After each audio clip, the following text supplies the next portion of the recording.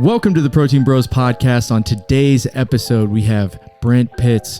He is a franchise owner of Anytime Fitness and a longtime staple in the Kansas City fitness community. Today, we talk about what it's like to be a franchise owner with Anytime Fitness. We also go into his previous experience working in corporate gyms and how that has influenced the way that he manages and leads his employees now. It was a great episode. We also talked about the Chiefs. He just got back from the Super Bowl. As always, like, share, subscribe, and now let's get you to the episode.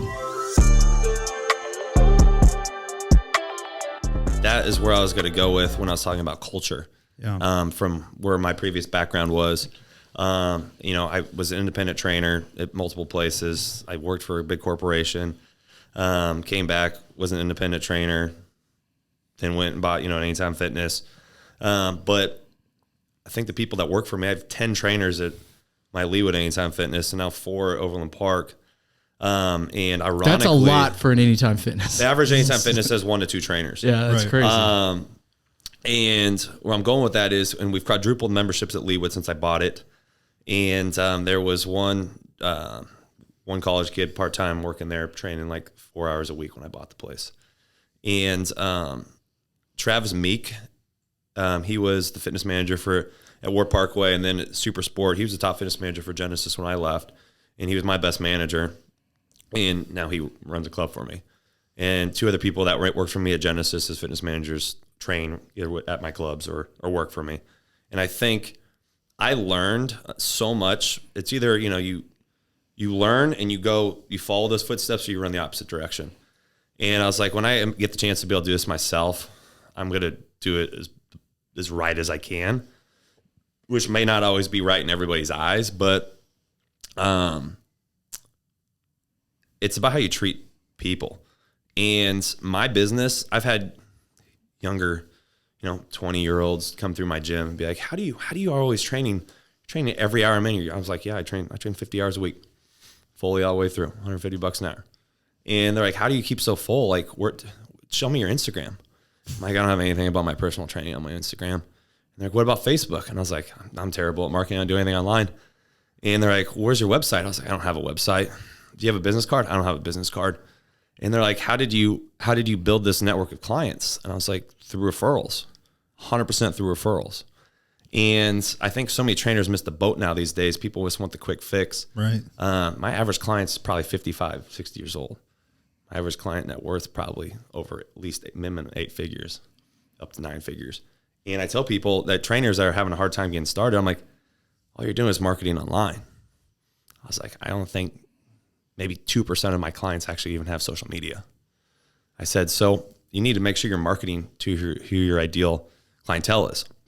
And regardless of what that is, when I got in personal training, I was doing bodybuilding and fitness competitors.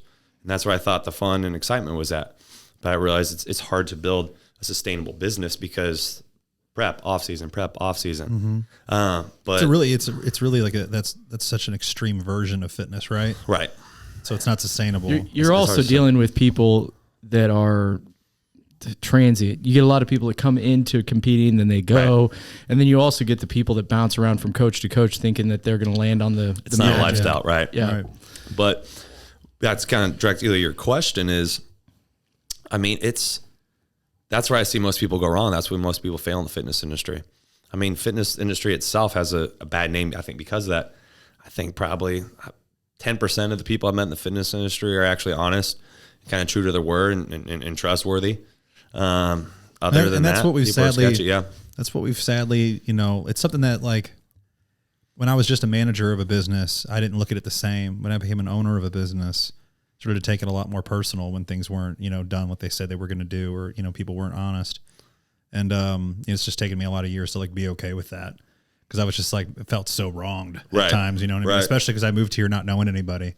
Well, and so you just feel taken advantage of at times when you have people that are like telling you one thing to your face and then doing another, It'll be 6 years ago now in October, but I remember I looked in my previous situation, in case we air this, I looked him in the eye and he said, this is when you're working for a big corporate gym, right? Yeah. I looked him in the eye. And the last words I said, there's nothing that's going to keep me here. I said, my morals, ethics, and values no longer align with the direction of this company. And I said, there's nothing you guys can do about that at this point. So, with that, it was frustrating working for a company where you were just fighting against the current. Like you wanted to do things right, but then when you did something right, it was just getting negated, or you're getting criticized because you handled it that way. So, I mean, right now I try to, it sounds corny, I try to give back. Like all my trainers, man, I was paying 2 to 3 times in rent 15 years ago at 2 different studios here in Kansas City that are a fraction of what my Anytime Fitnesses are, that what my trainers pay now. If I told people what my trainers pay in rent now, they'd be like, what the heck? Because I want them to stay. I want them to have a good environment. I want them to be able to hang out, and I don't micromanage anybody. I let them just do their own thing, which is usually great. Are they 1099 employees as well? Uh-huh. Yeah, all my trainers are. That's the thing about like personal training. A lot of people get into personal training and they have the thought, man, I like to work out. I like people. You know, I love being in a gym. I'm gonna become a personal trainer. And if you get a personal training job at, you know, one of these bigger gyms, and they're taking a big cut from each of the sessions you have, you look at the money that's left over at the end of that, and you're like, ooh, that's going to be a hard deal to sustain. And every gym's different. Obviously, you have Makes you want to start selling some $500 online programs. Yeah. But some ideas out there. Yeah. I think they sell online programs now, actually, too. Yeah. I think that company does. That's funny. That's funny. But I think you know, for the people that are able to stick it out and you know, actually have a true passion for it, like what you said, you hit the nail on the head when you said, you know, most of my clients come from referrals, because the big thing is like, you can do all the marketing you want, you can do all the online advertising you want, but when you have somebody you trust come to you and say, hey, I've been working with this guy, I've been working with him for like 2 years now, you know, he's got me in the best shape of my life, I feel better, you know, my mobility is better, my strength's better, you know, this is how it's improved my life, it's really made a difference, and if you're serious about it, you should go talk to him. That referral, there is no online ad, there is no, you know, click funnel that you can do, there's no online thing that you can do that is more powerful than nothing that. more powerful than the strong and word especially mouth. if you're dealing with like a high net worth client that is already that what they're saying is going to have more weight behind it anyways, because they've proven they're a leader in their own field. In other aspects of their life, they've shown that they actually follow through on things, and that the advice that they're giving is typically thought through, you know. So well, and I don't know if you guys know this name here in Kansas City. He's a household name in the fitness industry online, but La Payne. La Payne is is a good friend of mine, and it been about 2 years ago, a year and a half ago, 2 years ago now.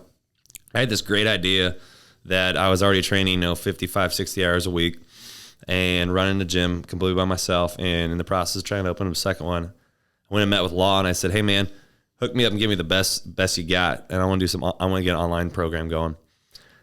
Man, I hated it. Yeah. I hated it. I was coming home each night and doing consults on Zoom from like 6 o'clock to 10 o'clock, 6 o'clock, 9 o'clock every night in the office. And people would either not show up, or they'd pay the fee to still come and not care. Because I had a fee, you know, a booking fee, and I'd get someone on the phone, I'd sell them, or, you know, on the call. And I was like, it wasn't fulfilling. I mean, I built up a decent clientele, and I was like, I could see how a lot of people, this is quick money and you could build this up. But I was like, I didn't want to let go of clients during the day and the relationships I had just to train somebody, because they were just check-ins, right? I mean, so much more fulfillment about in that right. face-to-face. Right. Yeah. And I lost incredible doing online training. Mm-hmm. Absolutely incredible. And I was like, man, this isn't for me. Yeah. And, you know, it freed me. The thought process was, oh, it's going to, you know, free up my time, and I don't have to spend much time face-to-face with clients. But that's when I realized I would miss that. I was like, hey, I'm not giving that up. Same thing with us, man. When we were like, man, I can't wait to be out of the stores, can't wait to work on bigger picture stuff, can't wait to, you know, and then we were just working the counter for a decade. And then you get out of it and you're like, man, I miss like those conversations, you know, like I miss interacting. We try to explain it to our more. team. It's like, dude, you guys have the absolute best job you can have right now. You don't understand. Like, you get to meet so many great people, get to form so many great relationships. Every single interaction you have is a great energy exchange, you know? And it's like when you start working it's like, for example, when you started off being a personal trainer, you know, one-on-one every day, and then all of a sudden you're, you know, the training manager, right? And then sales manager, club manager, and now you're like working the counter and you only get met with problems, right? The only calls you get are when fires are burning and you need to put them out.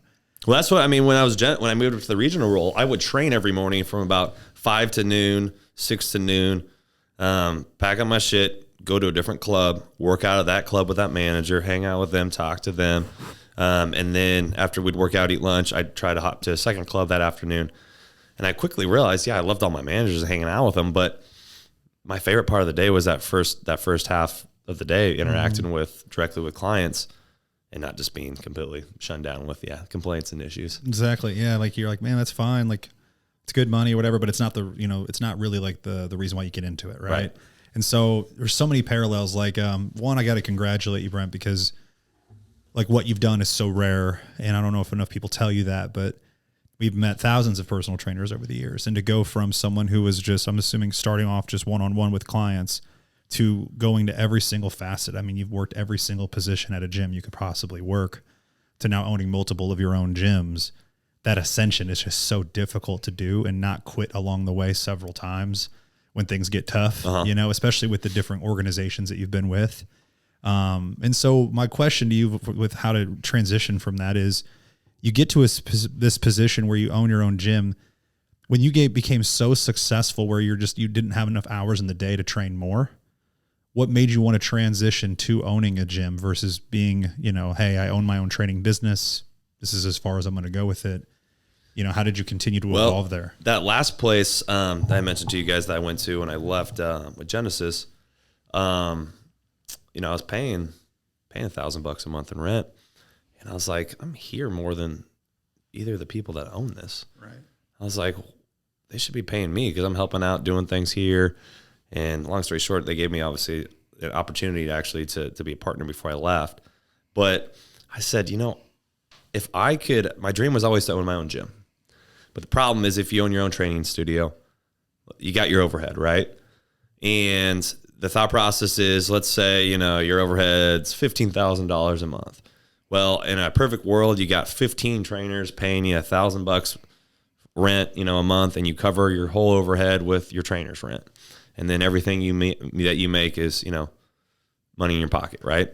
But if you can't fill that many extra trainers to cover your overhead, then it's coming out of your part, right? Well, that's risky. And I was like, I don't ever want to take that risk on, right? Because that's huge. That's a lot of what ifs. I'm making good money as an independent trainer, paying just that rent check, and that's what most independent trainers think is the least risky, least liability, right, possible. And I was working out of that Anytime Fitness. That's where my wife and I were working out. I caught wind it was for sale, and that's why I started checking. I was like, we started running the numbers, got the financials. I said, this place is breaking even with its membership base. And I came home, I was like, we're buying the Anytime Fitness. And she's like, no way, you're crazy. And I was like, no, my client Mike, he knows what he's doing. I was like, Mike thinks it's a good idea. And I was like, we're going to run numbers. But I said, let's hear me out. I said, the membership base already covers its overhead. So if I just move in there with my clients right now, I save myself $12,000 a year I'm paying in rent. I said, if we add members, that's money in the bank.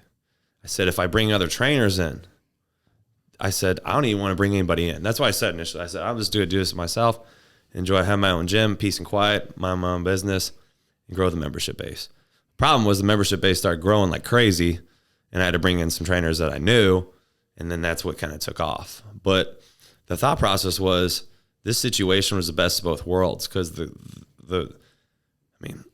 Rodney always said this too. I took this from him. He's like, the membership base, membership keeps the lights on. Right.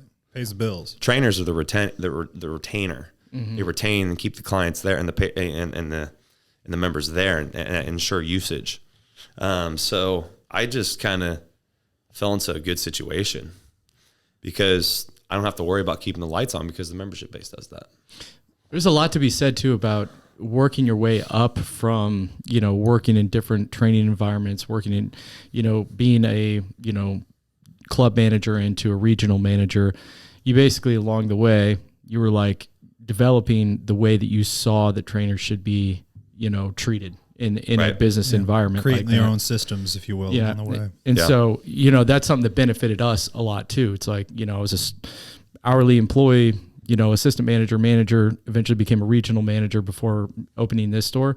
And so along the way, I was like, okay, I get the mentality of every level of employee. And when you know that mentality, it's very easy to manage them the right way, and I feel like in your previous job, you might have had the culture issues were coming from, battlefield aloofness, somebody that's managing top down that doesn't understand, what he's managing at. He's managing it somebody that, in a situation that he doesn't understand, what they just that haven't seen the going battlefield. through. Yeah. And you'd been on all of those battlefields and you know exactly how it feels. And the terminology I used was, I'm managing from the trenches and you're managing from a command center. So that was a frequent conversation. Mm-hmm. And you're and so like here's another question that begs to be said.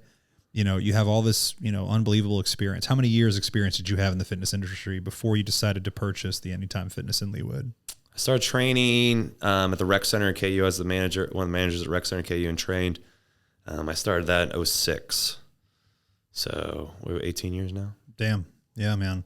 So I bought that at least 4 years ago. Yeah. So like 14 years before you purchased, right? And so I couldn't have done this though without any of that previous experience. Of course.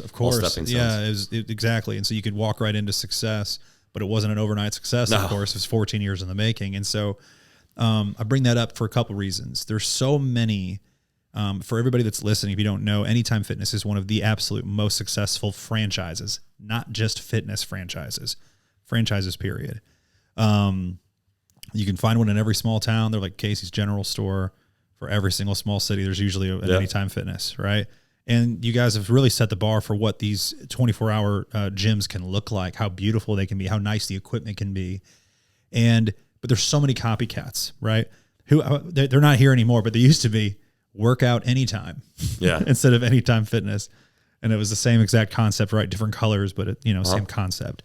There's been so many that have copycatted. So, with your 14 years experience, did you have any issue with having to pay these royalties? Because for everybody that's listening, a franchisee has to pay for every dollar he makes from the gym.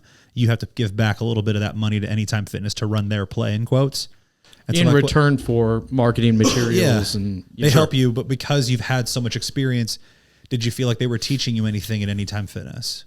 Great question. A couple things that I looked at when I first kind of started to explore this route was I saw that Anytime Fitness was the most successful, largest fitness franchise in the world.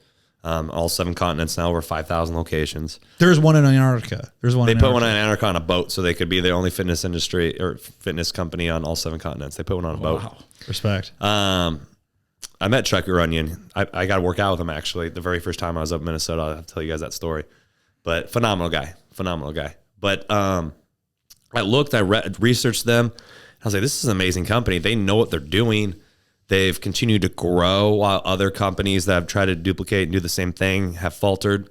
So they must know what they're doing. Mm-hmm. And at the time, I was like, I like to think I know what I'm doing.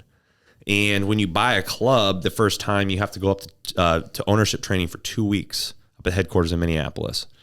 And went up there to Woodbury and with eyes wide open. I was like, okay, let's see. I hadn't signed the deal yet, but you got to go up there before you can sign and buy.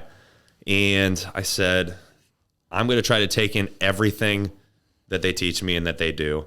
And if I can combine what I know with what they're doing, I don't think I can fail. So humility, basically. So far, it's worked. Mm-hmm. Well, yeah, the mindset, right? Like it wasn't a waste of your time to be there for 2 weeks. It wasn't just checking a box. Just got to knock this out, then I come back and do things my way. So when you were sitting through that for that 2 weeks, was there anything that pops into your mind where you're like, you know what, I never thought of it like that? And you really valued, what they had taught you there? Well, I think the most powerful thing was I told you guys a story off the air about kind of an exchange of new ownership when I was just kind of left holding the bag there. Mm-hmm. When we first showed up, there's like 25 of us. These are people buying clubs all over the country, right? Who do you think welcomed us? The owner of the company is my guess. Yes. You think spoke the first 20, 30 minutes while we were there? The owner of the company. From top down, from the moment we walked in that door, it was all about culture. I was going to say they have a very strong culture And there. I was like, and these people here at headquarters know there's probably a 1% chance you might ever see or interact with any of them ever again. And it was culture over the top. That's really cool, man. And experience was awesome. I was blown away by that more than anything. That alone, you were like, now, I would feel a sense of pride to be a part of that brand after that. That's it. By the end of the first day, I was like, I'm bought in. I think, and for our listeners, now you own multiple Anytime Fitnesses. Yes. Yeah. That's how bought in you are. I think when you're buying into a franchise, just the overall competency of the brand, the things that you said right off the back, basically the qualifiers to their success, and then you going up and seeing, listening to the owner of the company talk to you, noticing the culture, seeing how competent of a company it is. I feel like that's got to be as important as anything else when it comes to making the decision to buy into a franchise, is just knowing that there's people that have been there before, they understand how the business works, they've deployed it, thousands of times, and that they're competent and they're going to be there for you if you need anything. Because, in the fitness industry, kind of back to what we were talking about, a lot of people get this ego going about them where they feel like they have all the answers, right? And when you go into business, if you have that ego to where it's like, I know all the answers and there's nothing that I can learn, even if you've been doing it 14 years, you're going to get, kicked at some point. And so I think that's got to be one of the reasons that you found so much success, is just realizing that like you can always be learning, which is one of our core values. It's like a big thing for us is, we don't ever want to get to a point where we feel like we have it all figured out, Absolutely. Fitness is obviously very much evolving. Yeah. And it's not even, unfortunately, we all know like there's a lot of new things out there, but only so many of those new things are actually valuable. Right. So a lot of what you're learning is, so how do I actually communicate about this new thing that everybody's talking about, and then bring it back to reality? Right. Right. Like for every 5 things you hear, only one of it was actually valuable. 4 of it was you actually having to combat, a bunch of. You can only reinvent the wheel so many different ways. Right. Right. Yeah. We're getting back around to some of that stuff, right? So it's like the stuff that you learned when you were very young. Uh-huh. It's like you're watching it trend again, right? And you're like, oh, like people are, waiting for the HCG thing to come back, where everybody's gonna be doing 500 calorie diets and taking drops and being like, oh, dude, I'm losing weight. It's crazy. But resistance training is still the answer, right? I used to be such a like in the weeds when it comes to like scientific papers and really nerdy when it came to that stuff, and I started realizing that most of the trends in fitness, most of the research done is just proving things that we've already known for such a long period of time. I'm like, it's just reconfirming, basically things that we've already known. And that's not with everything. Obviously with supplements, there's lots of stuff to dive into the weeds with, but even that, like, but anyways, what I was going to ask you, kind of changing the subject, what's the one thing going from being a trainer into, which you were a business owner before, but like it's different when you have, rent, you have, like you were talking about, different levels of overhead. Uh-huh. What's the worst thing about, or the thing that basically you were surprised that it sucked so bad when you moved from basically just being your own personal training business into owning a gym? Well, we've got to go back to this a little bit. Anytime Fitness, don't go buy a bunch of franchises because I'm still trying to open up more. Okay. They don't take a percentage of what you make. It's fixed. Oh, they're very, very rare. They started out that way, and they did not plan to get it past a few hundred clubs. And the president and the CEO, Chuck, they wanted to be fair. They wanted to be, have kind of a new wave of franchise. And they grew so fast, they realized they couldn't change it after the fact. What a value add. So that's been huge too. That is awesome. So it's basically, are you able to share that? I mean, this is all public knowledge, right? It's on the federal disclosure document. So what is that fixed number? I don't even know now. It's changed. I mean, I think we got a letter, got a real formal letter at the end of last year. And I started reading it that they're going to increase our percentage of our franchise fee. I got to the bottom of it, and I think it was going to be like $60 a month. I was like, okay. Nice. I deleted the email and went on with my day. That's unbelievable. But so I just want to touch on that a little bit. But they just, from the top down, I've been just thoroughly impressed how they handle themselves. We got lucky, man. And this was in 2012. This is kind of a quick little, trip down memory lane. But in 2012, we had geared up to start to franchise nationwide. Supplement superstores were, and that was the initial plan. And as First Form started to grow so much, they had to decide like where they're going to put their energy and focus, right? And First Form started to post with Instagram, and that kind of took over as like our number one focus because it made sense to, right? It was a gold rush era, the wild, wild west of Instagram at the time. And but we were really gearing up hard for this franchising. And so at one of our monthly meetings, we actually had those dudes from Anytime Fitness. We paid to have them come out and talk to our entire team about just the opportunity that was coming with supplement superstores. It's part of why me and Kyle bought in so much. Yeah. Was because of their level of belief. And they said, like, your guys' culture feels very similar to ours. Do you know who it was? I couldn't remember their names now, but they were, I believe it was the two owners that started it. There was two, right? Fatante? Joe Fatante, I thought was the lawyer. Yeah, but that's the one. He's the one that set up Chuck the legal. Runyon is a CEO.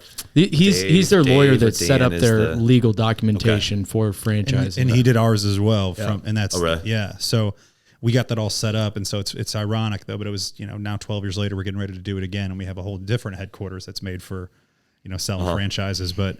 Just a cool story. We've always had a lot of respect for Anytime Fitnesses since that conversation. It's been fun to watch them just continue to kill it. Yeah. And we've met several Anytime Fitness franchisees that are all extremely happy with it. Yeah.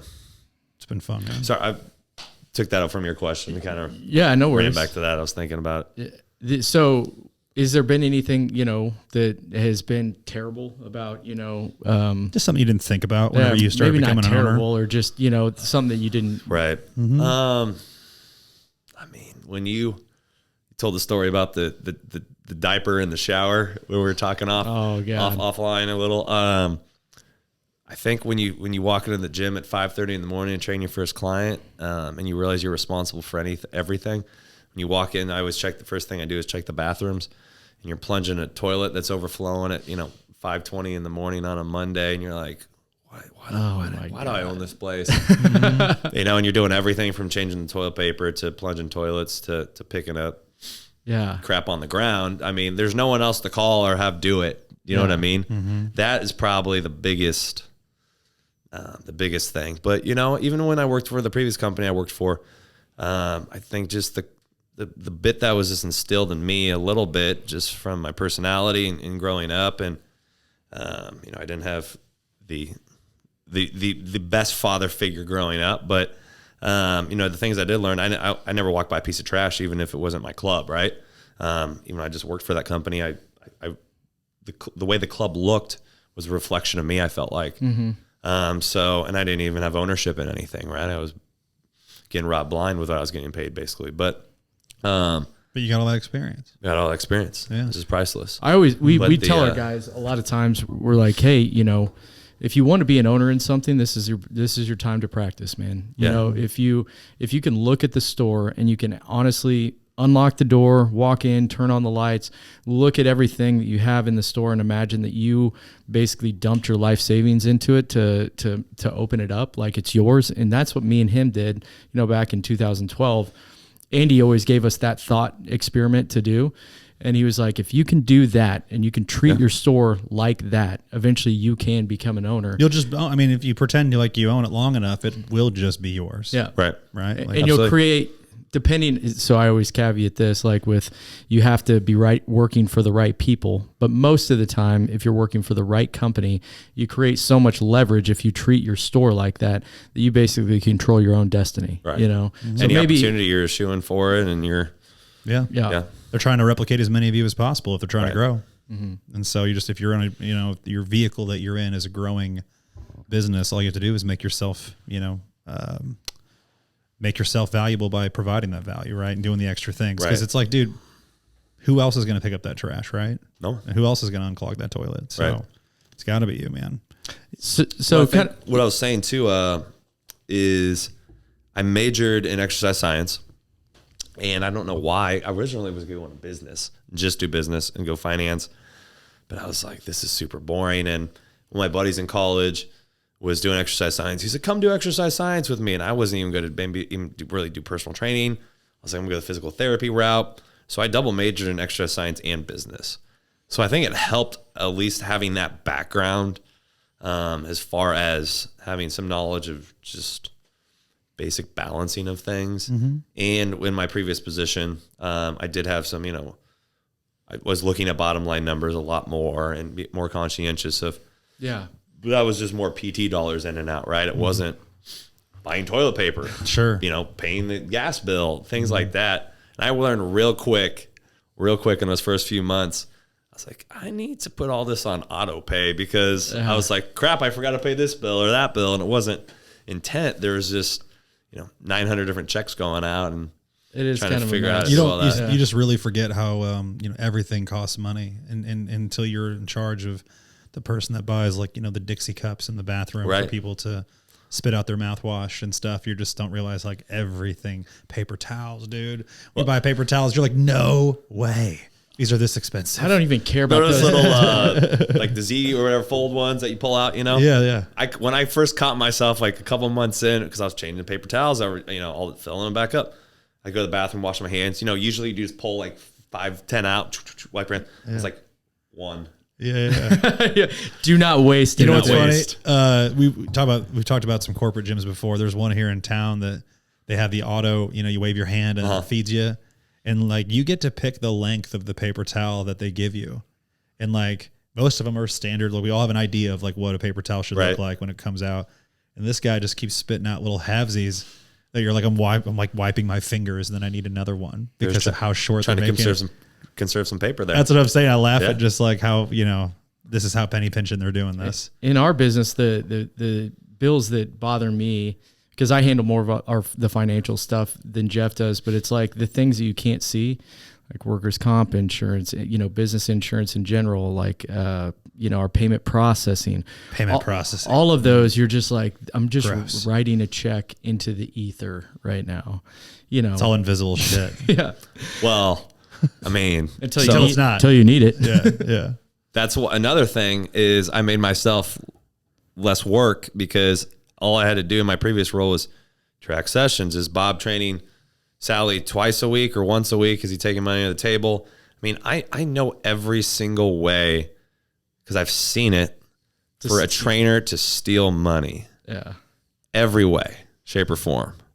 And we had electronic systems to track everything, and people were still doing it. And sometimes it sucked in the culture and the situation that you're in. You have a top producer doing shady things, and you can't fire him because you fire him, then half your budget's gone. And, it kind of puts you in a huge dilemma, right? So especially if the other coworkers know that they were doing the shady stuff. Right. So another thing is, in my situation now, everyone's 1099. So I don't care how much you charge. I don't care if you train. I don't have to track your sessions. I don't have to do payroll. I don't have to pay for payroll. Any of that stuff. They're writing me checks. You know what I mean? And it takes more busy work off the table. In that instance, do they have to carry their own insurance? Yeah. Well, on top of that though, insurance. And then we have it within Anytime Fitness. Yeah. And then each client comes in and signs a waiver too. So do they have to communicate with each other on just making sure that they're not loading up sessions at the same time frames you don't have? We don't Especially, have issues. I thought you had was it 10 trainers at the Leawood location? I'm sorry. So it's if 10 all have a client at 7 a.m. Not all are full time. I mean, not all full time. Well, it's a good problem to have if you do have one, right? If you do have that, I'm sure it's way around it, but it's not too bad. We have a lot of people. It's been a little hectic sometimes, but we have a lot of people that they express interest in personal training. It's a popular, like we were talking about earlier, it's a popular job because a lot of people like going to the gym and they want to have a job where they view it as congruent with their lifestyle outside of work. Mm-hmm. And they want to help people. And they want to help people. Yeah. But, a lot of people go into personal training with the notion that it's going to be easy. I'm going to go into this gym. They're just going to feed me clients. Mm-hmm. Given your background as far as in business and how successful you've been as a personal trainer, how important is selling when it comes to being a personal trainer? Selling's everything. I mean, I would joke with people when I don't know how many people I hired and fired when I was with Genesis. Mm-hmm. I mean, it got to the point we were holding regional interview sessions where we tried to get 20, 30 people in there. and do group interviews and then pluck from that. I mean, it got to the point where it was like 1 out of 5, 1 out of 10 people you'd hire would stick. It was like throwing spaghetti against a cabinet wall and just seeing who could make it. But the big part was that no one could sell. And the tough part was you were better off hiring somebody with a personality and teaching them how to be a trainer than hiring someone with a bunch of accolades and an impressive resume that no people you can have a conversation with. If I'd interview somebody and we were sitting here across, like we are, and, I'm 2-3 minutes in this conversation and I'm about to fall asleep, how's someone going to pay you $50, $60, $70, $80 for the hour to hang out with you? You got to at least be personable and likable to hang out with on top of being knowledgeable, right? Mm-hmm. And you got to keep someone accountable. What's the phrase we teach you for that, Lisa? Oh, go ahead. Sorry. Finish. Well, but, I mean, the biggest thing is I'd have trainers that would, like their 3rd, 4th day on the job, text me, hey, I'm gonna be late for my first client. I'm like, I just sold this client for you yesterday, and this is your first time meeting them, and you're late. Like, I've been doing this at 12, 13 years at this time. I've never been late for a session. How are you late your 3rd day? Like, they're paying you to keep them accountable. Like, we shouldn't have to be keeping you accountable. You're the trainer. And trainers that can't even manage their own schedule, it's complete disaster. It's unfortunate, man. There's two like things that contribute to that. Obviously, like professionalism is obviously like, I think it's harder and harder to find because we were raised in a day and age where it's like, if you didn't make it work with your employer, like you didn't have a job, there was no like this online route, right? Or outlet.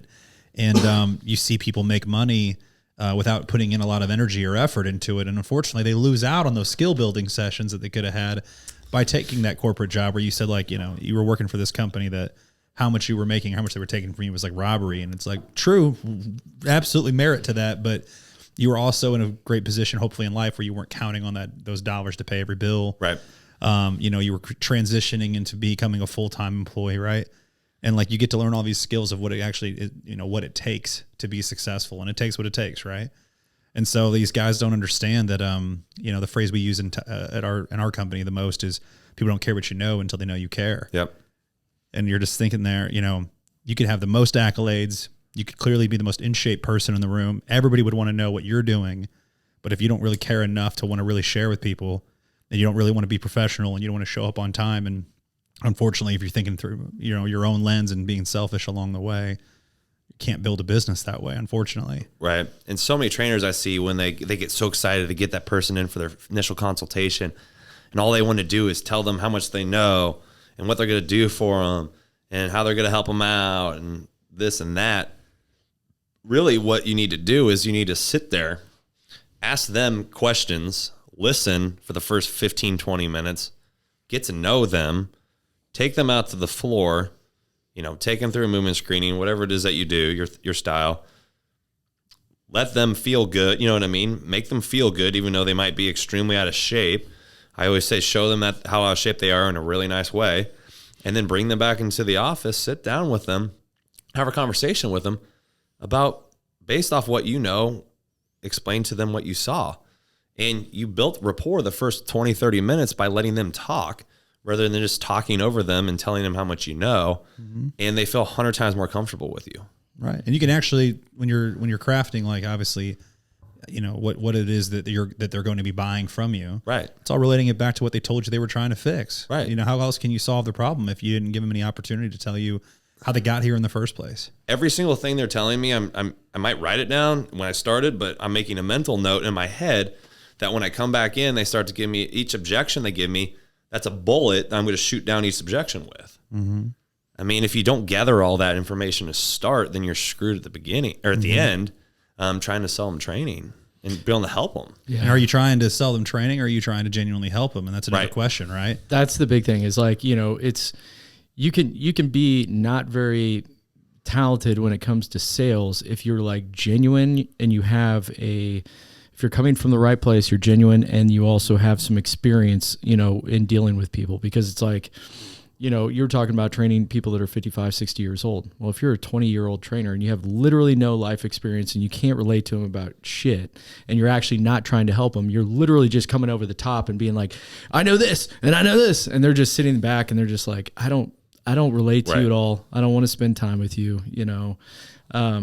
We deal with that in our company too. We always tell people it's like, you got to know yourself before you can help people. You got to really know who you are and be able to, be confident in yourself before you can tell other people what they should be doing. And them actually listen. All that to talking you. at someone is usually rooted in insecurity. Yeah. Not always, but most of the time. And Right. so if you are not confident in yourself, right, you don't have that professionalism that we're talking about. You're going to over-explain things. You're going to over-talk people. And it's not going to be coming from a place where your goal was to help them. Your goal was to help yourself, and everybody can see it.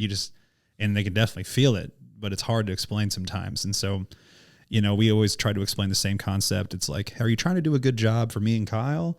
Or are you trying to do a good job for the customer? And people can tell, Right. like we've all been in a situation where you're talking to that young guy and, you can tell they're trying to do a good job and they're like bringing you through the procedure. And you're like, hey man, you missed all the opportunity to like get to know me and like curate this experience to be to my benefit. Now it just feels like I'm benefiting you, even though I can tell you're trying to do a good job and you have a good heart and you mean well, Right. just not for me today, man. And so it's like, it's sad because you're like, I can tell you want to do a good job. I just think you forget who you're trying to do a good job for, Sure. and so I wish it'd be easier to explain, but it's like usually just time and attention. Right. They just need reps. Right. Yeah. I think kind of going back to what you had said earlier, I was thinking this snippet that I have told people so many times. The fitness industry I compare it most of the time to real estate or hairdressers. And the way I say that, more real estate, because personal training in the fitness industry is a really easy industry to get into. Mm-hmm. It's relatively easy to get a personal training certification. It's relatively easy to get your real estate license. It's relatively easy to get your, license to cut hair. Selling insurance, any of those things, right? But it's an industry where the old saying where, the top 10%, top 80 or top 10 to 20% are making 89% of the money. Mm-hmm. And that's the way I train a ton of realtors, and I train the ultra successful realtors. But I also have friends that are like, I'm going to get my real estate license. I'm like, this isn't going to be a hobby, man. like, right. Yeah. And that's what so many people just think that training is, that they just get the real estate license. People are going to line up and want to buy houses. Yeah, I'm just starting turn it houses on. now. Yeah. Or I cut hair now. I'm just going to come see you. Yeah. It's like, I don't know if I want to come see you. You just started this, right? I want an expert. So that's what I see. And that's what's tough. What's made the fitness industry tough from an ownership standpoint, and then from when I left the corporate world, was getting quality people in to be trainers, because everyone wants to just go do it on their own. They either think they can just do it on their own. They don't need the corporate route, or they come in and they train for, 5, 6, 7 months, do a subpar mediocre job. And they're like, I'm putting my 2 weeks in. I'm like, oh, where are you going? They're like, I'm going to open up my own gym. That happened multiple times. I'm like, okay. This is not going to turn out well. I'm like, I've been doing this probably almost as long as you've been alive. Not that long, but Sure. These were young, 20-year-old kids. Five years off. I don't think you've been doing this for less than a year. I don't know if this is going to work out well. Yeah. And it never did. Yeah. Oh, Yeah, they I also kinda never look really at opened their own gym either, did they? No. I look at gyms kind of like bars or restaurants. People, they're like, I'm going to get into this. I'll start this business. I like to work out, and that's why they've shut down so often. But, that's why buying into a franchise like Anytime Fitness is so smart, because it's like, what's the fail rate of Anytime Fitness? I know, low. And there's probably so many investors in Anytime Fitness that they're not showing up to their gym. They hire people to run them for them. Oh, Right. dude, Yeah. the 80. You already nailed this on the head. So, they typically are going to do a good job of vetting people from trying to buy an Anytime Fitness franchise. If they aren't the right person, they're not a good cultural fit. Uh-huh. But the people that are a cultural fit, like yourself, are going to be waiting on the sideline to scoop up any one of those gyms that's failing, because you just know that they're not running the system right. Right. And you're just like, dude, and you can get it for pennies on the dollar comparatively. So Yeah. I mean, like that's just opportunity for everybody that's doing it the right way, right? What's the future for you, man? Are you looking to buy more Anytime Fitnesses? Is that pretty much what you're focused on? Are you trying to increase your membership of your current gyms, or? Well, so it's funny. Here's been my trajectory of my fitness career. I was like, I'm not going to get into personal training. I'm going to go to physical therapy route. And I got into personal training and didn't want to go physical therapy. Then I was like, I want to open my own gym. And I was like, that's going to be too much work. I'll never open my own gym. Moved to Wichita, started working for Genesis, moved back here. When I started working for Genesis, I saw the people running. They were the fitness managers. That looks terrible. They're running around with their heads cut off. That's so much work. I never want to run a club. I just want to run my own training business. 6 months later, I was running a club. And then I was like, I can't believe I'm running a club. This is ridiculous. This is terrible. And they came to me and they're like, hey, do you want to be the regional and run multiple clubs? I'm like, yeah. And I was like, wait, what'd I just do? You know? And then I was like, I'm never going to own my own gym. So then that ended up happening. I bought my own gym. And that first year or two, gotten through COVID and everything over at Leawood, people are like, are you going to open up another location? I'm like, no way. Buy one. No way. Here 4 years later, I just opened up a brand new location in downtown Overland Park. So every time I tell myself I'm not going to do anything else, the opposite ends up happening. That's what I've learned. So you're going to stay with two clubs? No. I don't think so. Yeah. But ideally, building one from the ground up was really cool because I bought Leawood. It had been there for a few years. And I got to kind of resurrect that club because it was kind of dying. It just had been, not taken care of. And it's not enough hands-on maintenance. It was nothing wrong with the club at all. It's a beautiful club. But I can't remember if you guys saw the new Overland Park one, but the layout, that's what Anytime Fitness has done a huge job of is the evolution of the layout of the club, modernization of the technology in there, and just the overall look and feel of it. It clearly looks evolved. It clearly looks evolved. It's sharp. It's sharp club, and it was cool building it from the ground up, but it was stressful. It was really stressful. So if I could find something to buy, I'd do that.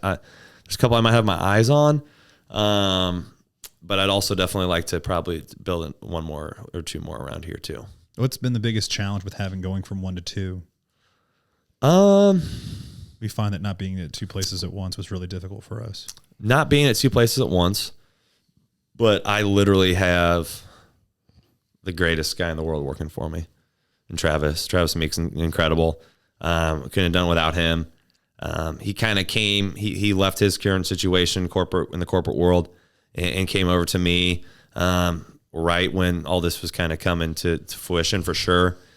And he'd only been there for a couple of weeks. And I sat down with him. I said, "Hey man, you wanna buckle up and do some crazy stuff together?" He said, "Yeah, I'm down." So bringing him in and giving him this opportunity over there to run his own gym that he wouldn't have had, otherwise too. There's Travis right there. And, bringing him as part of his ownership has been cool. And him and I plan to kind of continue to do this. I put a magic number on it. I said 5 clubs would be cool, but we'll see. Awesome. I could get to 5 and end up being at 8, or I could stop at 3. Mm-hmm. If my wife has anything to do with it, I'd be done right now. Because this last year, she was pregnant, all last year. I was dealing with this club. City of Overland Park, we had some issues with permitting. That was a complete disaster, but we got through that. After I had permitting's crap. I had some breakfast with the city council, some city council guys. Magically, after I met with the manager of the ended up city, being cool. I got a phone call the next day that everything was taken care of. It was magic. It's crazy how that works. Wild. After being delayed for 6 months, went to breakfast. You got a new son, man. Congrats. Born on Christmas night. It was wild. Man. That is wild. Yeah. My son is November 24th, so Thanksgiving. Baby. Awesome. Yeah, so Carter's 8 weeks old as right there. Carter's 8 weeks old as of Monday, and then that's Mason on the bottom left. He'll be 4 in May, and then my wife Brittany. She's incredible. And you and Brittany met training together, right? We met kind of through church, and then kind of through the gym. Yeah. How cool. Yeah. No, awesome. Are you sleeping much? 8 weeks old? My wife hopefully will never hear this. I am sleeping. She's taking the blunt of pretty much all of it. She's nursing, and taking pretty much the blunt of. You're still getting up and training clients at 5 a.m? I backed off a little bit. I get in there about 6:30 now. Okay. So gives you enough time to hang out a little bit at home. A little bit. Yeah. That's cool, man. Dude, so one last thing we got to talk about. You are luckier than me and Jeff. You got to go to the Super Bowl. You saw Patrick Mahomes, minute 50 left, end of regulation, get the ball back. Were you worried? Were you worried that he wasn't going to be able to get down there and score? I was. I think I told you guys we had to go last year, and that one was pretty iffy too. And when we were down by 10 points at halftime, but his ankle was like broken. Yeah, his ankle was broken. But I don't know. I had a better feeling last year than this year towards the end there. But at halftime, I remember looking over at my wife and I said, so we had plans to go to the after party, and from our neighbor hooking us up, and I said, what are we going to do if we lose? Because there's no party. She's like, what do you mean? I said, I feel like I should have made us dinner reservations or somewhere cool. She's like, we're not going to lose. We're going to be okay.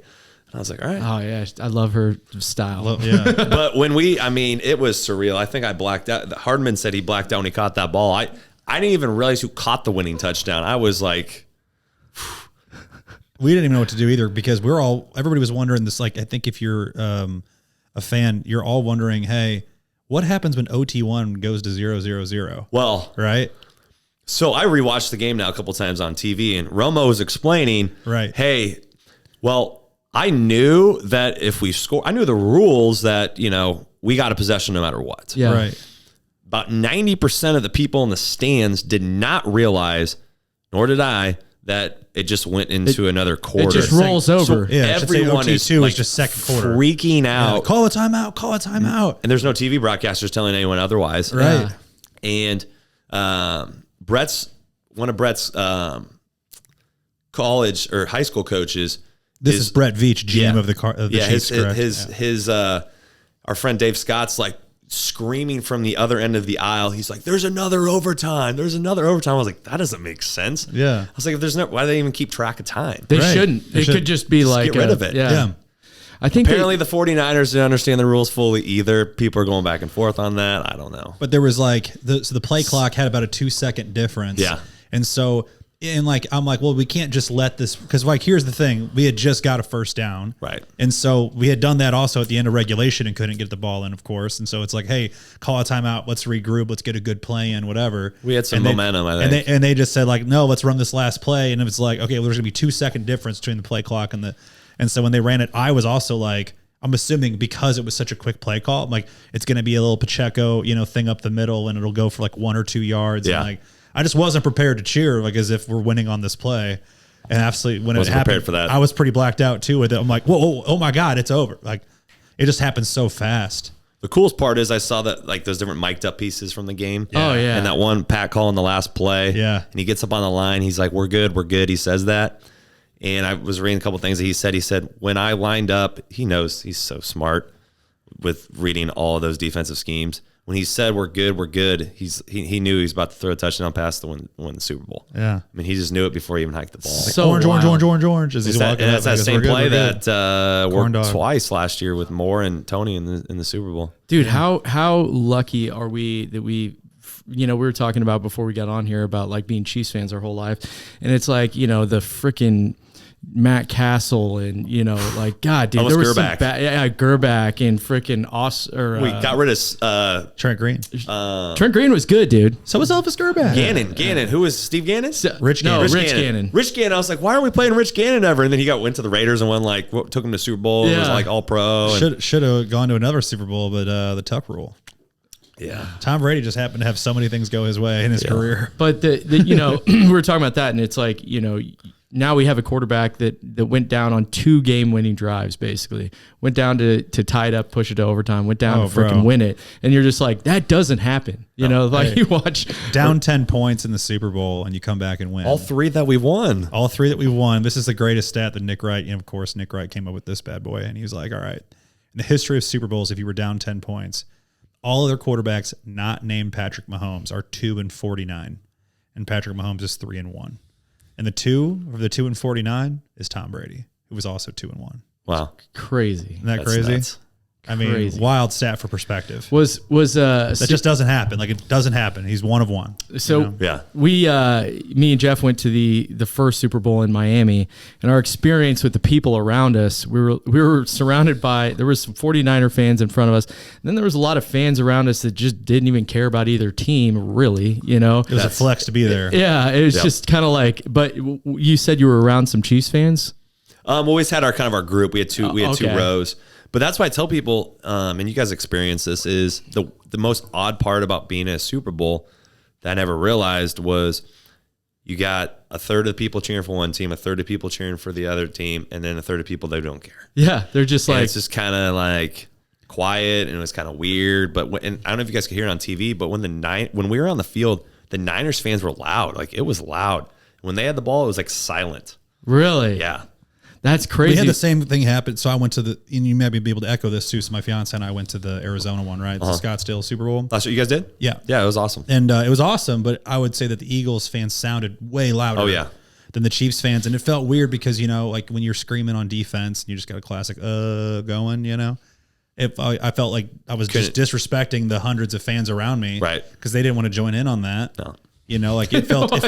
That's how it was in Miami too. Yeah. We're like, but Miami we didn't care because, like I said, it was our first one in 50 years. And I was just like, the two of dude, us. I'm gonna literally treat this as I'm at Arrowhead, and I'm annoyed the living. We didn't care. We crap out of weren't like everybody. in people's faces and stuff. We were just cheering exactly as if we were at Arrowhead all the way. That's why we had 2 rows of people, and then it was like we had Eagles fans behind us at this last year. Classic. They show up everywhere, dude. And they're they like, have their- they're like fans, cockroaches, and then we man. had They just come out of nowhere. Buccaneers fans. We had random people around us, and we couldn't. We were high up. We couldn't hear. We weren't getting any traction. We're like, all right, screw it. Once you go to a Super Bowl, do you not just want to go to every one of them, man? I'm like, it's so much fun. It's crazy. It's like the best event I've ever been to as far as just from like a production standpoint. Last year we had a bunch of There's Eagles nothing fans cooler. behind us. That I saw them. I was like, these guys are gonna kill us. Like, they looked like they played all in the NFL. Like, they're massive dudes, and they were the nicest guys in the world the whole time. Like, they'd high five us when we scored. We'd high five them when the Eagles scored. Until the end of the game, then they weren't happy. I was about to say that holding call or whatever it Yeah. was at the end of the game. I'm sure they were like, "Oh, yeah, that's brutal." But if you go to a Super Bowl again and the Chiefs aren't playing, do you wear a Chiefs jersey? Because I don't know if I would do that. I don't think so. I don't think I would be. I'd I go to a always think Super that's Bowl if they're not playing. I go to the city and hang out because it's just such a fun environment, right? Yeah. But yeah, like going to the game when it's not your team, like what a waste of money. But They did a really good job in Vegas. I don't know if you remember this last year in Arizona, but the bathroom situation was terrible. Like, the guy's bathroom, I was like, I can't drink anything the rest of the game because it would take like 20 minutes to go to the bathroom. no kidding. it was pretty bad in Arizona. It was like It was that. even worse. It was worse in Vegas? Worse in Vegas. It was worse in Vegas. I mean, like, the men's bathroom was like this big up in our Brand new section. stadium too. I know. Were you guys club Crazy. level? No, we're up lower. So Like, Arizona, we were in club level, and like that bathroom was just, it was like, it felt like the more like private the area, the more small the bathroom. Dude, when we were in Miami, that was easy. It was awesome. Really? That stadium is like actually like outdated, they say, it's but it's a beautiful stadium. Vegas was like, you're going one in, one out, or you're like having to go through a door this way, and there's that size, and there's no egg. At Arrowhead, you go in one way, out the other. a brand new stadium. Brand new stadium. And they just don't even, all right. Well, that was actually, I think, the architecture firm's out of Olathe. Arrowhead West. That designed Allegiant Stadium. Really? Yeah. It's designed out of Overland Park or Olathe here. Got that Chiefs flag buried underneath. I was about to That's say. right. That's right. We also did another one too. The same company, they did SoFi out in LA. Okay, yeah. Mm-hmm. So yeah, man, we've been told like Vegas might be a repeat, Super Bowl. They did a great job. They did a great such a good job. Directing traffic, and security was top notch out there. The city's made for it. New Orleans might be a little rowdy this next year. Apparently, the first Super Bowl Andy Reid ever won was in New Orleans. Pat said that. Really? When he was with the Packers. Huh. He's like, his first one he ever won was in New Mike Orleans. He's like, Holmgren? got to do it another one. Yeah, Mike Holmgren era. Pretty cool against the Patriots, ironically. I'll give you guys this, since you guys are big Chiefs fans. This has been my kind of analysis of everything and why I'm so hopeful for next year. Not hopeful, but viewing things differently.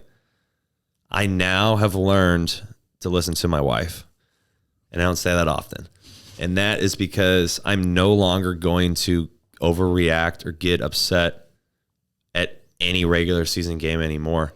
Because now I know they literally don't mean anything pretty much. That's true. And I mean, take that with a grain of salt. But I remember when we lost that Raiders game, I was like, we just gave up two offensive turnover touchdowns back to back. I was like, we are toast. Like, this is the season. That's when it remember felt I the worst. It was never Mahomes' fault. And then like now we're even getting into work where like that was just Mahomes' fault. Like we lost that game.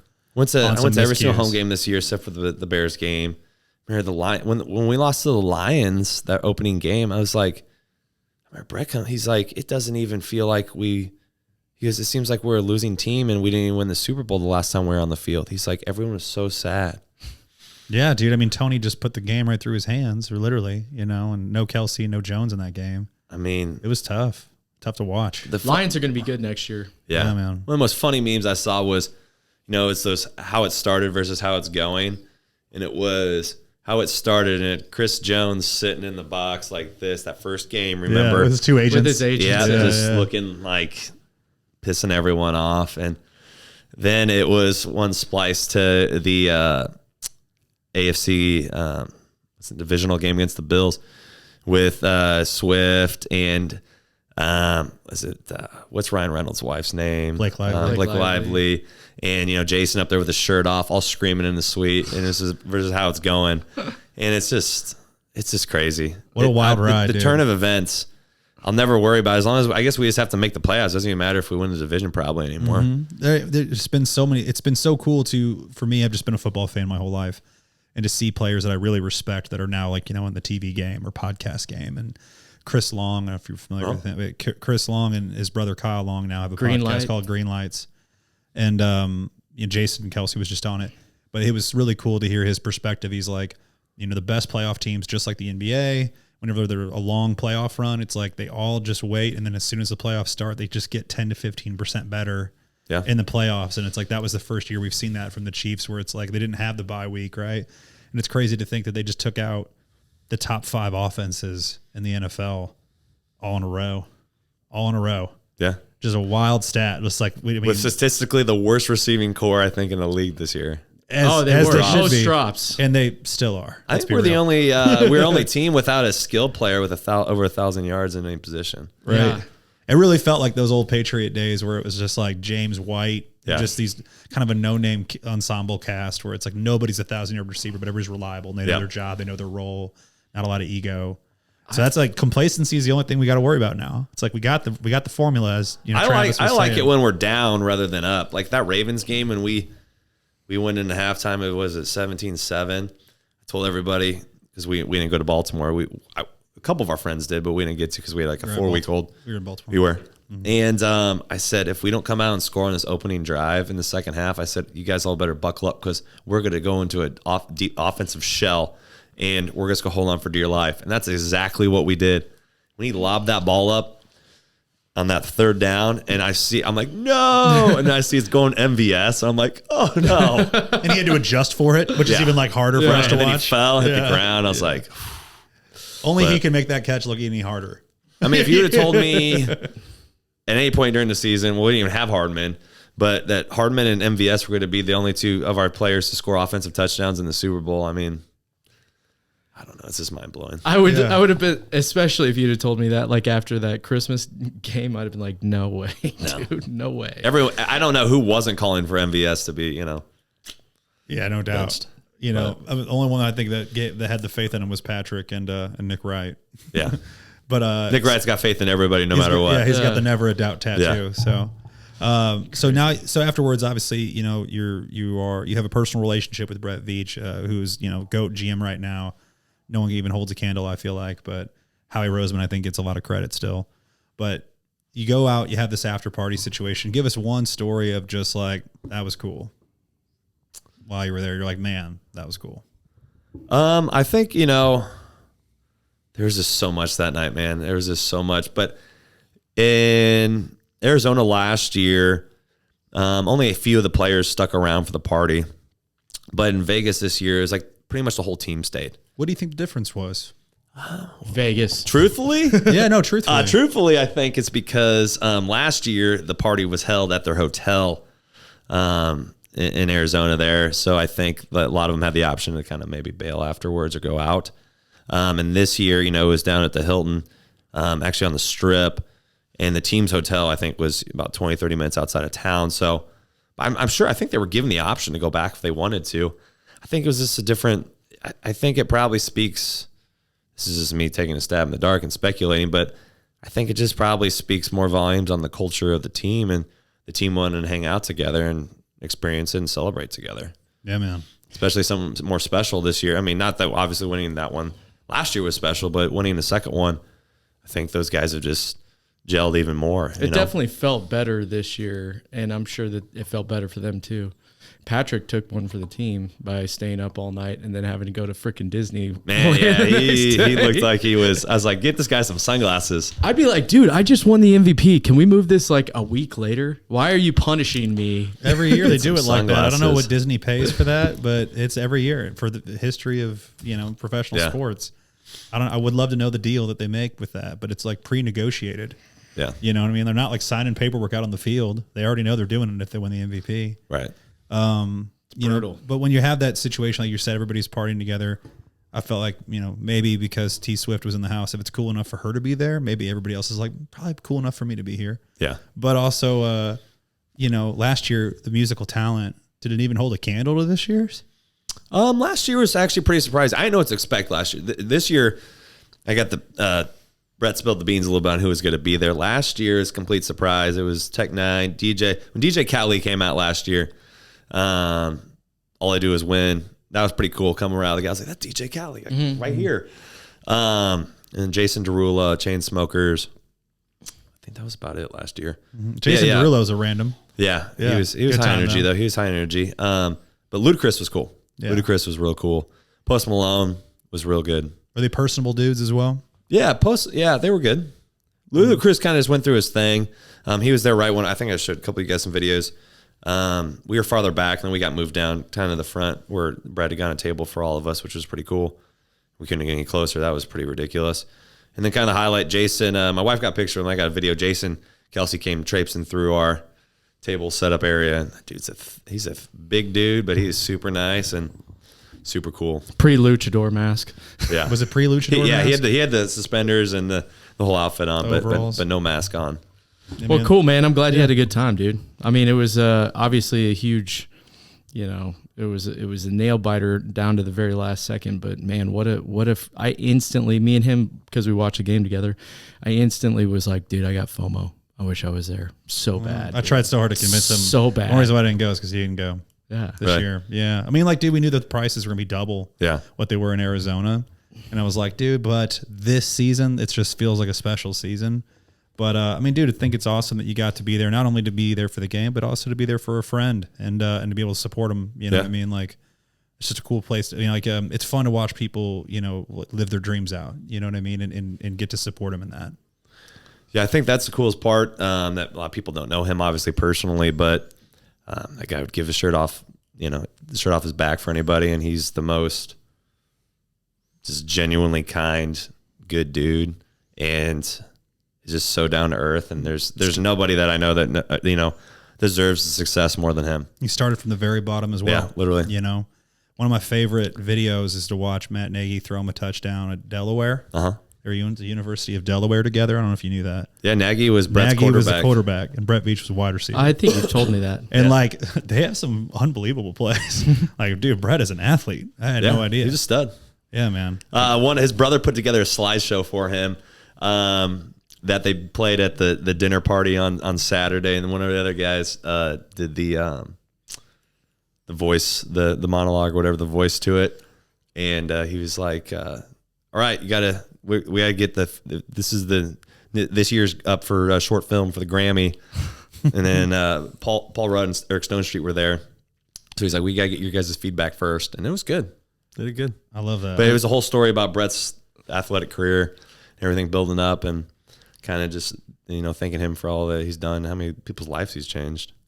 That's true. I man. mean, he's responsible for the single greatest draft pick in NFL history. That's what I said. Yeah, and then a few others. I mean, Several others, but I'm saying the greatest of all draft picks ever. I mean, he got McDuffie, Karlaftis. The trade, man, he's got trade. I mean, dude. I mean, just Jalen Watson in the 7th round. Yeah. I mean, there's several. there's so many. So many. But I mean, like the terms of going from 26 or 28 to 10 to make that Mahomes draft pick happen. I know it wasn't him in at the helm at the time, but everybody gives Brett credit for that. He came in after like one game of his freshman year and was like, this guy. So, I mean, like it's going down in folklore as like the greatest.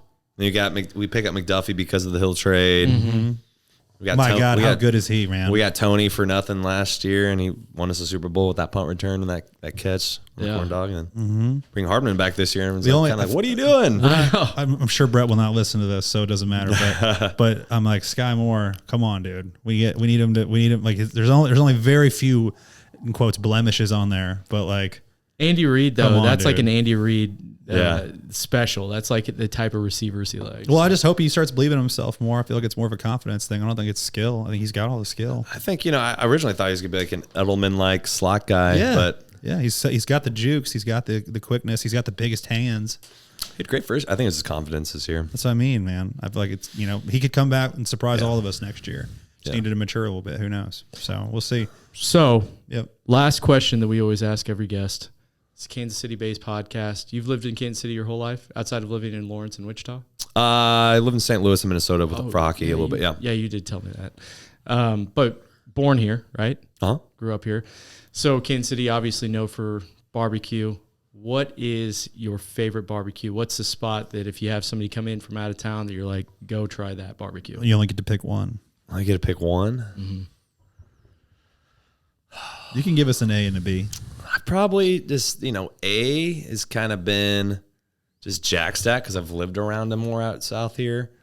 I've had Q39, Oklahoma Joe's. I mean, it's hard to compare. I feel like they're all a little different. Mm-hmm. They have their best thing. Right. Jack Stack, best atmosphere. Jack Stack's probably best atmosphere. That's the most, like, if you're going to have a sit down, but like the original, the Oklahoma Joe, the gas station, I mean, that's kind of a, something that someone's got to experience if they're coming in from out of town. And I'd recommend, dude, I'd argue the restaurant experience at Q39 is just as good as Jack Stack. The only difference is that you have to deal with like the massive crowds at Q39. Yeah. Jack Stack has so many locations. Right. That, they've been able to kind of like, I don't know what the word for that be, but dilute it down. And that's why I probably have Jack Stack more often, is because it's so much more readily available. Correct. Yeah. And it's phenomenal. Yeah. Phenomenal. Cool, man. Hey, genuinely appreciate your time today, man. It's not easy to get, to sit down on a Friday afternoon. We know you got a family, and man, just so happy for you. Thank you. The amount of congrats on the success, man. The amount of work that you put in, dude. It doesn't go unnoticed, man. Super, super happy for you. I appreciate you guys having me on. Hopefully, didn't ramble too much, and we got some good content. We'll have you back on next season after the Chiefs win another Super Bowl. Hey, maybe this is a good luck thing. Maybe we got to keep doing this. I hope, man. Thanks again, brother. Appreciate you. Thank you, guys. Yeah.